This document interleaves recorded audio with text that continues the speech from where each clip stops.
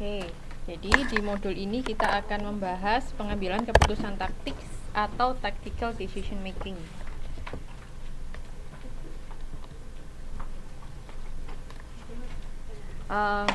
Konsep cost diferensial yaitu atau differential cost concept dengan menggunakan ABC lebih relevan digunakan pada pengambilan keputusan jangka panjang, sedangkan kalau cost diferensial untuk keputusan jangka pendek.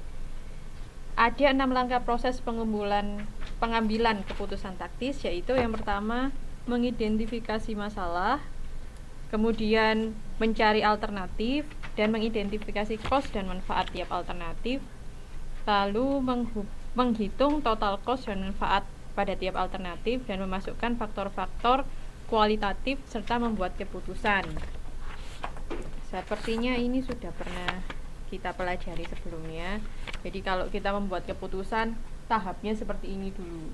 Apa masalahnya, terus kira-kira apa saja alternatifnya, terus dicari tahu cost dan manfaatnya dari setiap alternatif seperti apa, kemudian pertimbangkan juga faktor-faktor kualitatif macam itu. Terus jenis-jenis keputusan yang jangka pendek, contohnya menerima atau menolak pesanan khusus, mengevaluasi alternatif membeli dari pemasok luar atau membuat sendiri, kemudian menjual atau memproses lebih lanjut, yang terakhir memperluas, menutup atau menghilangkan suatu fasilitas.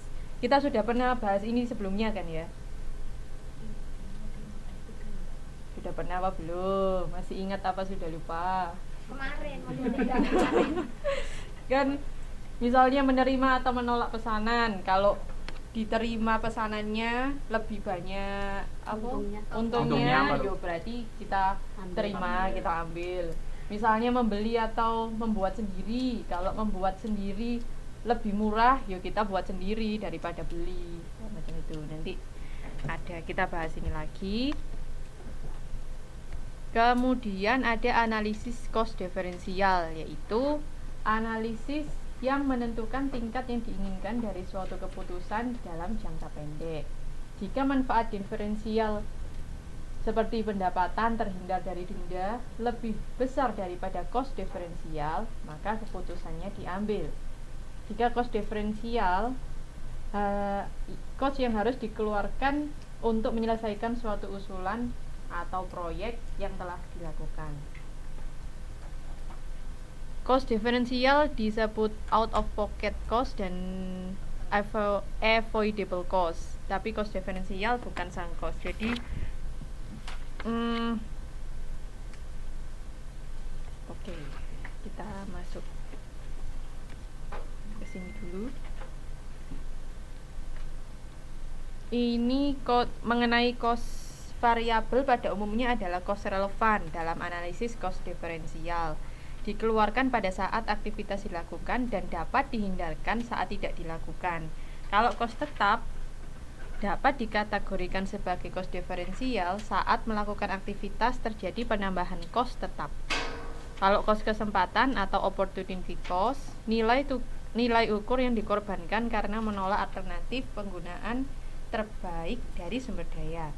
Kalau cost terkait atau impute cost adalah cost hipotesis dari suatu sumber daya yang diukur dengan nilai kegunaan dengan ukuran arbiter. Jadi ceritanya kalau cost diferensial itu cost yang bisa dihindarkan. Maksudnya kalau kan kita punya banyak alternatif. Alternatif 1 costnya misalnya 10.000, alternatif 2 costnya misalnya 8.000. Nah kalau kita ambil yang 8.000 berarti cost diferensial, perbedaannya yang 2.000 itu adalah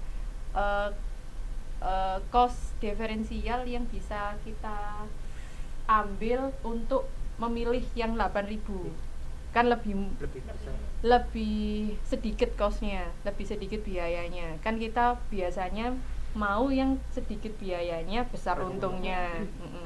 Nah, perbedaan ini disebut cost diferensial, seperti itu. Biasanya cost diferensial itu cost variabel. Soalnya kan variabel bisa berubah. berubah, dia disesuaikan. Nah, kalau kos tetap itu bisa jadi kos diferensial asalkan terjadi penambahan kos tetap. Jadi kosnya meskipun dia kos tetap tapi dia berubah. Seperti itu. Contohnya ada di halaman 5.6 di sini. Ilustrasinya. Sebuah mesin dibeli dengan harga 4.200.000 tahun yang lalu. Mesin ini didepresiasi selama 2 tahun, yaitu sebesar 2.100.000 setiap tahunnya. Mesin tersebut tidak diperjualbelikan. Nah, terus nilai buku pada akhir tahun pertama, mesin tersebut mempunyai nilai buku neto 2.100.000. Namun, mesin tersebut butuh untuk diperbaiki atau ditukar. Asumsi untuk membeli mesin baru 7 juta. Sedangkan untuk kalau mau diperbaiki 3.500.000. Kos listrik untuk beroperasi keduanya adalah 2.500 per jam. Mesin baru mampu mengurangi kos tenaga kerja 10.000 menjadi 9.500 per jamnya.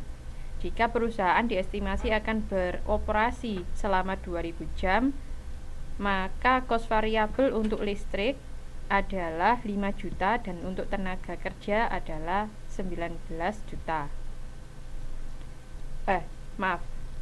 Kos untuk tenaga kerja mesin baru 19 juta, kalau untuk mesin lama 20 juta. Nah, ringkasannya ada di tabel. Ada mesin lama, ada mesin baru. Hasil produksinya 2000 jam, sama-sama 2000 jam. Nilai buku neto sekarang adalah 2.100.000 karena sudah terpakai 1 tahun. Kemudian umur ekonomisnya 1 tahun. Terus kos operasional kalau mesin lama menggunakan tenaga kerja sebesar 10.000 per jam, kalau mesin baru sebesar 9.500 per jam. Nah, dari sini kalau nilainya sama, misalnya kita baca kelanjutannya dulu. Keuntungan sebesar 3.500.000 untuk memperbaiki mesin lama. 2.500.000. 2 juta apa 3 juta? 2. Oke. Penurunan sebesar 1 juta pada kos tenaga kerja adalah lebih kecil dibandingkan perbedaan antara 3.500.000 yang diperoleh dari perbedaan antara mesin baru dengan memperbaiki mesin lama. Oke. Kita korek.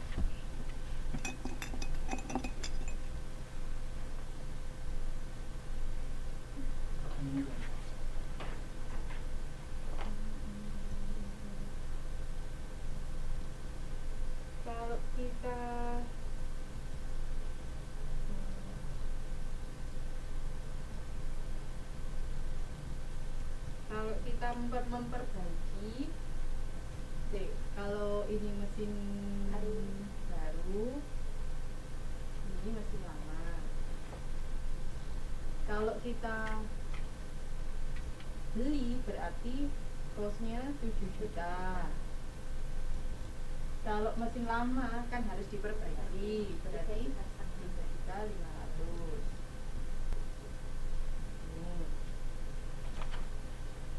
Maka kalau lebih untung mana, pakai mesin lama apa mesin baru? Baru lah, Bu. Mesin baru? Belum tahu. Kan itu belinya 7 juta, kalau kita beli harus 7 juta. Memperbaiki kan Kalau juga butuh. memperbaiki 3,5. Belum memperbaiki tapi kan, Bu. Kalau memperbaiki biayanya 3,5. Kalau beli baru biayanya 7 juta. Tapi kalau beli baru keluarin 7 juta masih Masih lama. Masih lama. Masih lama ya. Berapa? Untung berapa?